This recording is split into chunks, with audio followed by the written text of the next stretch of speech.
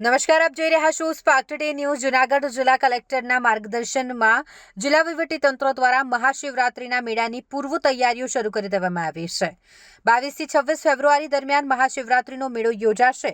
મહાશિવરાત્રિના મેળામાં પધારનાર ભાવિકો માટે પ્રાથમિક સુવિધાઓ અને જરૂરી વ્યવસ્થાઓ ઊભી કરવા માટે જિલ્લા કલેક્ટરે સૂચના આપી છે. મહાશિવરાત્રિના મેળાની પૂર્વ તૈયારીઓના ભાગરૂપે એક બેઠકનું પણ આયોજન કરવામાં આવ્યું હતું.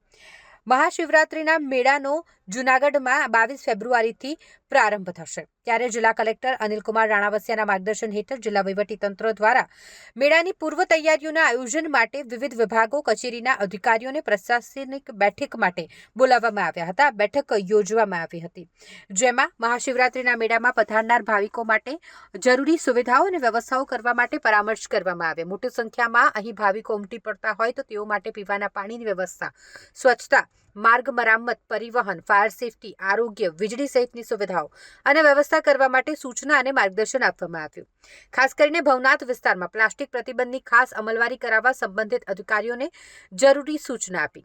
સેવાભાવી સંસ્થાઓ અને ઉતારા મંડળ સાથે પણ જરૂરી સુવિધા ઊભી કરવા અને સ્વચ્છતા સહિતની વ્યવસ્થા જળવાઈ રહે તે માટે સંકલન કરવા પણ નિર્દેશ આપ્યા.